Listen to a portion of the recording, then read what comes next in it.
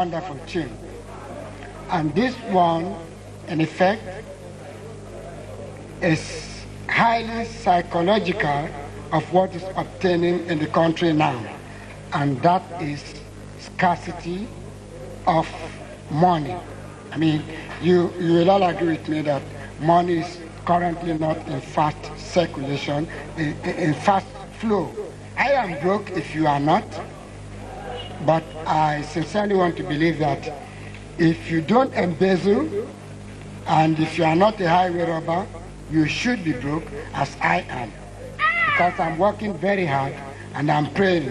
I hope one day I'll be able to make it. So ladies and gentlemen, thank you very much, viewers, for applauding me in such an inspiring manner. This one is called ILU SOWO LODE. Take it away, boys.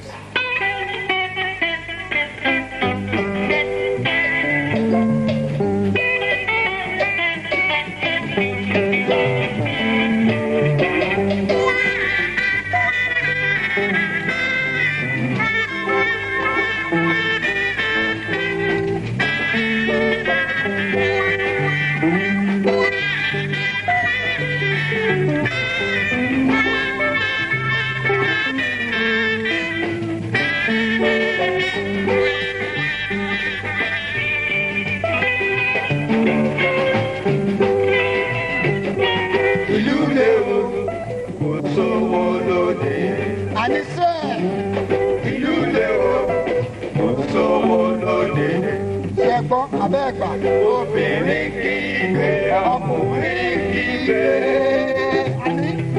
kálukú ló kéde owó. Obìnrin kígbe, ọkùnrin kígbe,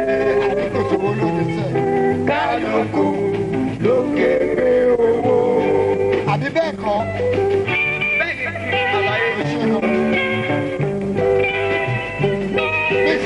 Múra gẹ́gẹ́ wá ká ẹ̀ mọ́lẹ̀. Bísí múra gẹ́gẹ́ wá ká ẹ̀ mọ́lẹ̀. Obìnrin títí òbí ṣẹ́ fún ẹni.